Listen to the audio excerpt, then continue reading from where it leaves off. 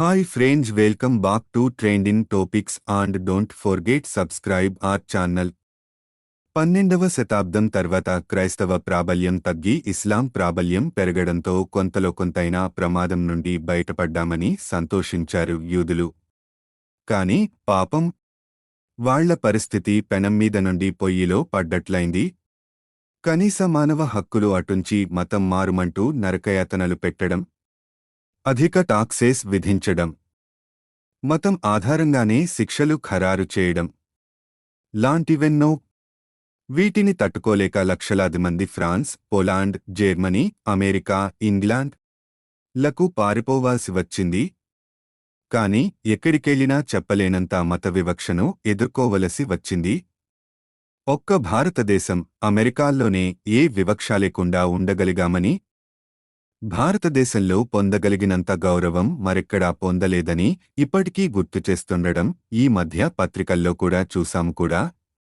అందుకే జర్మనీలోనైతే హిట్లర్ ఏకంగా గాస్ ఛాంబర్స్లో బంధించి విషవాయువు వదలడం ద్వారా ఇంకా అనేక రకరకాలుగా హింసించి సుమారు 60 లక్షల మందిని పొట్టనబెట్టుకున్నాడు.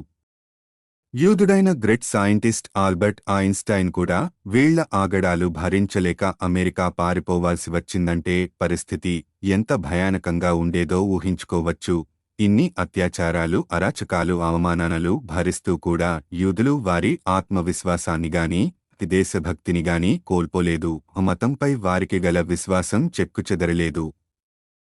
ఏ ఇద్దరు ఇజ్రాయేలీలు ఎక్కడ కలుసుకున్నా next time let's meet in our holy land అంటూ దృఢ సంకల్పంతో వీడ్కోలు తీసుకునేవారు.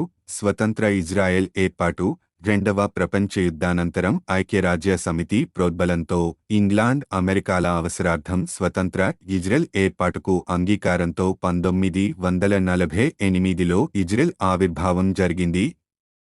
కాని అనుకున్నంత భూభాగం గాని అనుకున్న వనరులేవీ లభించుకున్నా ఎలాగోలా మాతృభూమికి చేరుకోగలిగామనే ఆత్మతృప్తితో అంగీకరించాల్సి వచ్చింది. ఈ కొండలు, గుట్టలు, నీటివసతిలేని భూమి ఉంటేనేమి లేకుంటేనేమి అంటూ అనేక మంది వెటకారంగా మాట్లాడారు కూడా. జాతి పునర్నిర్మాణం కోసం యూదులంతా మాతృభూమికి తరలిరావలసిందిగా అధ్యక్షుడు ఇచ్చిన పిలుపుకు స్పందించిన వేలాది మంది ఇజ్రాయెల్కు తరలిరావడం జరిగింది. గొప్ప గొప్ప శాస్త్రవేత్తలు, ఇంజనీర్లు నిరంతర ప్రణాళికలతో ఎందుకు పనికిరాదనుకున్న భూమిని అతి తక్కువ కాలంలోనే దేశమంతా నీటిపారుదల సౌకర్యాలు ఏర్పరచుకొని సస్యశ్యామలం చేసుకున్నారు.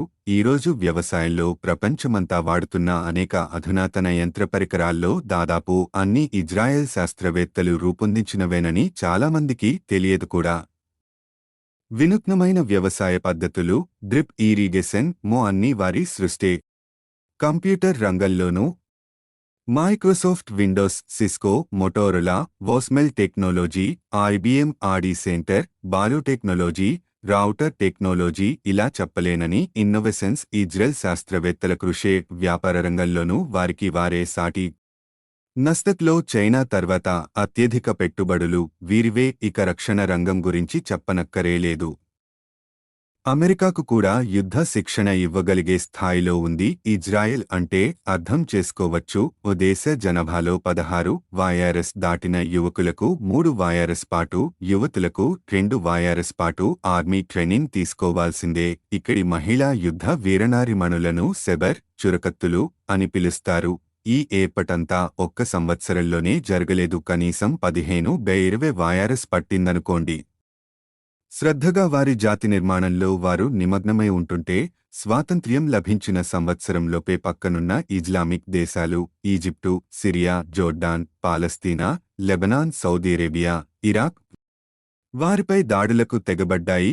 యుద్ధరంగంలో బెబ్బులీలు యెహూదీలు, ఇజ్రాయిల్స్ ఒక్కటి కాదు, 2 కాదు, ఏకంగా 6 శక్తివంతమైన దేశాలు ఒకేసారి యుద్ధానికి కాలుదువ్వాయి.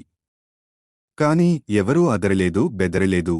ఎన్నో త్యాగాలతో సాధించుకున్న మన దేశం మళ్లీ ప్రమాదంలో పడింది. దురాక్రమణకారులను తరిమికొట్టి దేశాన్ని రక్షించుకునేందుకు యుద్ధరంగంలోకి దూకండి అన్న అధ్యక్షుడు డేవిడ్ గురియన్ ఒకే ఒక్క పిలుపుతో మొదట్లో కేవలం 50,000 మాత్రమే ఉన్న సైన్యం జస్ట్ 48 గంటల్లోనే 2,50,000కు చేరింది. డాక్టర్లు, టీచర్లు, లాయర్లు, ఇంజనీర్లు, విద్యార్థులు స్త్రీలు పురుషులు అనకుండా పెద్దపెట్టున సైన్యంలో చేరి సుశిక్షితులైన సైనికుల కంటే కూడా వీరోచితంగా పోరాడి పక్కనున్న పాలస్తీనానే ఉల్టా ఆక్రమించారు.